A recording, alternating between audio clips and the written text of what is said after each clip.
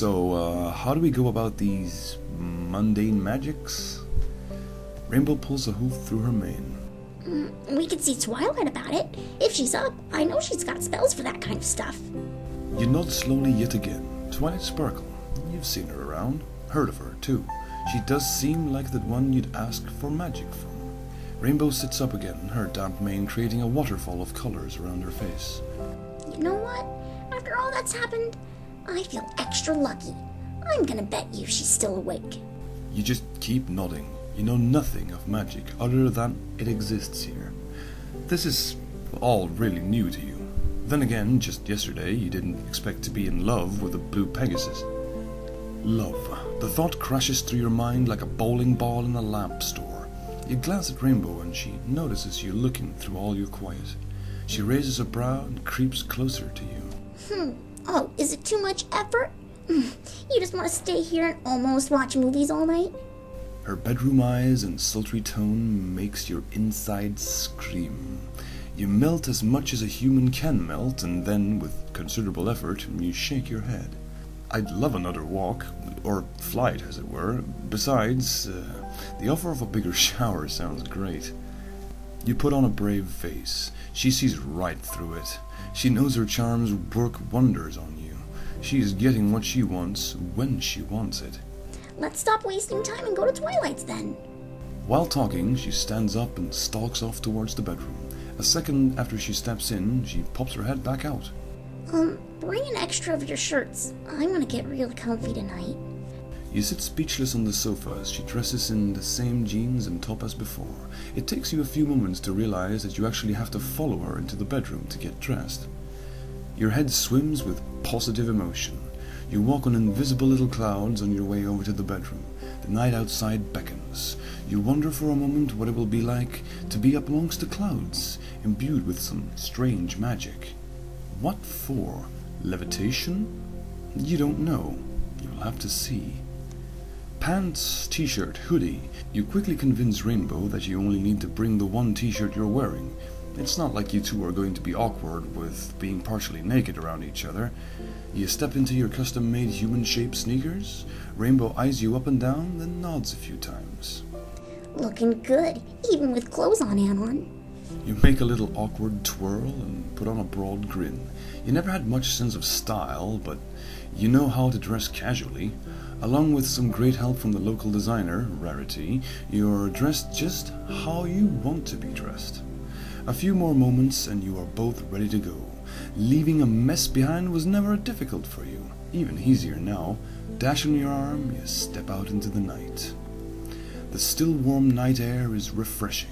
There's a light breeze and the scents have changed with the light. The aroma of nighttime flowers is almost as pleasant as another scent that lingers in your mind. Rainbow's cute little moans, the texture of her lips and body, and definitely her scent is taking up a whole lot of your fleeting mind. The stroll through town is just as pleasant as the last one. You turn equal amounts of heads and you wonder for a moment where the word will spread and how it will bloom. Perhaps who will care about it? Probably the ones that know Rainbow. After all, you are just the human. Just a human. Well, right now you do not care about any kind of label. All you care about right now is the pony on your arm. This place could just as well be a ghost town. Although lights and noise may draw your attention for quick moments, you pay so much attention to Rainbow that you've almost tripped a few times. You and Rainbow chit-chat lightly about the things you pass, personal experience around town, and about what usually goes on. Also, you exchange a whole lot of personal likes, dislikes, interests, and the stuff you should have been elaborating on while on your date. Or perhaps the day after. The day you spent wrapped up in each other. Not a bad deal at all, you're simply enjoying it all in a scrambled order. Before you know it, you stand before Twilight's place. You're snapped out of the little sphere that seemed to encapsulate you and Rainbow. You stand still as Rainbow slips from your grip and simply walks up the door to knock. You look up to the starry sky, attempting to tell what time it is. You just don't know. Even the few constellations you knew do not exist here. Not that the stars would be any help at all. The sky is beautiful, though, and you're going up into it with Rainbow. Hopefully, anyway. Your thoughts are interrupted as the door Rainbow is knocking on opens. Your attention snaps back to the ground. Rainbow beckons you with one hoof, and there is a purple pony peeking out from the well-lit interior. It is Twilight Sparkle. You recognize her. You've talked to her a few times. She was one of the first ponies to greet you when you got here. No extended contact, though. Twilight seems awake enough when you approach. She greets you with a smile, looks you up and down, and then tilts her head to the side. I've got a spell or two that would work. I've been practicing that general field of theories. You see, there was a certain flaw in the old formula that... Rainbow interrupts Twilight with a cheery voice. That's great. It's late, though. I'm sure you were in the middle of something when we interrupted. We have to get going up to Cloudsdale, so... Twilight looks a bit bothered at getting interrupted, but then simply smiles. Actually, yes. I was having my Saturday 3-book-at-once session. How very exciting. You glance at Rainbow, she looks back at you with a similar expression. Twilight gives you both a quizzical look, then shrugs it off. Anyway, Anon, right? Hold still. You get no chance to answer her before her horn starts glowing and a shimmering cloud envelops you. You gasp as you feel weightless for a moment. The magic around you lifts you off the ground. Rainbow just grins as she watches. When the shimmering ends and your feet touch the ground again, Twilight looks you over for a moment, then nods once.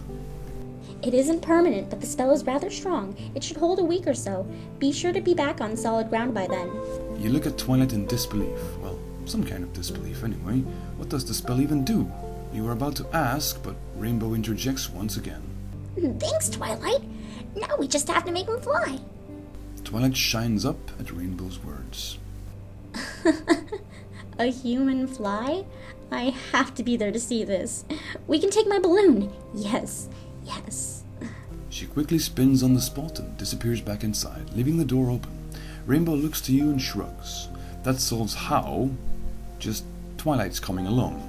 Not optimal in your head, but not really a bother either. She did say she had a balloon, and that beats waiting to grow wings. There's a chaotic rummaging sound coming from inside, but when it stops, Twilight reappears. She looks excited. She carries a bag full of instruments, books, quills, some kind of research equipment. Okay, I've got everything I need. The balloon is out back. She quickly leads the way. There is a certain spring in her step. You are now officially both a magic and science experiment. You and Rainbow follow arm in arm. Or arm and leg, if you will. It's not a long walk. A droopy-looking balloon stands propped up on a rather elaborate stand. A balloon rack, if you will. Twilight walks straight up to it and looks her balloon over, then seems to focus on it for a bit while her horn glows. The droopiness soon leaves the air container, and before you know it, the balloon stands ready. You hear Rainbow snicker when she looks completely serious when you throw her a glance. Well, see you earthbounds in the air. Before you can react further, Rainbow has liftoff. You're pretty sure you can hear that same snickering as before when she goes. You look up to see Dash's shadow against the moon, high above. She is indeed quick. You direct your attention back to Twilight and her balloon. You have never ridden one of those before. The balloon, not the pony. You stuff yourself into the not entirely tiny, but sure enough rather cramped basket under the seemingly magic-fueled aircraft. As you watch Twilight, you start getting uncomfortable with how overly enthusiastic she is for this little science trip. The balloon takes off. Twilight pilots it rather skillfully. You watch her closely at first, but soon simply marvel at the dark sky around you. The lights below spread out further than you thought they would. Suddenly, something else catches your attention. A rainbow flash. Before you know it, Rainbow hovers alongside the balloon, head tilted to the side and a giant grin on her face. Welcome to the sky, Anon! My sky! You grasp the edge of the basket and look out over the edge to the rainbow-maned Pegasus. The soft breeze sweeps through your hair and the air up here is crisp and fresh, even fresher than down in the town. I like your sky. You speak rather loud. Twilight gives you a critical look, but does not comment. Rainbow seems to enjoy this nearly as much as Twilight is eager to collect data. Oh, just wait, Anon. Just wait until we reach Cloudsdale. You sit back a bit and watch Rainbow fly around, through dark clouds, around the balloon, up and down, near and far. It is a pleasant, if not a bit slow, trip upwards. Twilight is eyeballing you closely. She has brought out some manner of measuring equipment and is taking notes, as if something would physically show for you getting up this high. Another glance of Rainbow and you can tell she is getting impatient, because you are getting close or because it is Taking too long? You are about to ask Twilight how much further when the balloon suddenly clears the thin veil of cloud. The stars are clearer. There's still a heavenly mist about everything, but the celestial landscape around you seems to have no end.